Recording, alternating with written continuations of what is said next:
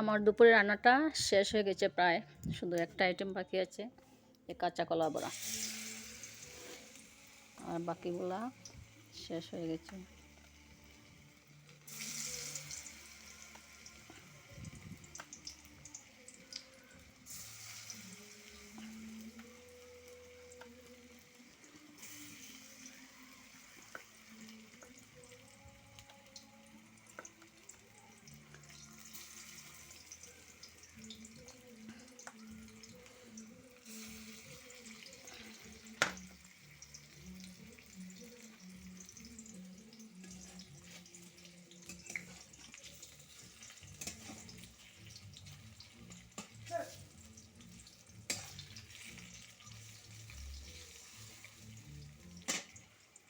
তারপরে আর কি রান্না করলাম একটু দেখাই।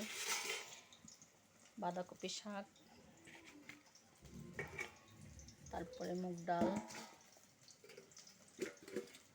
এদিকে নিরামিষ সবজি করলাম, ওলকপি আলু দিয়ে নিরামিষ তরকারি।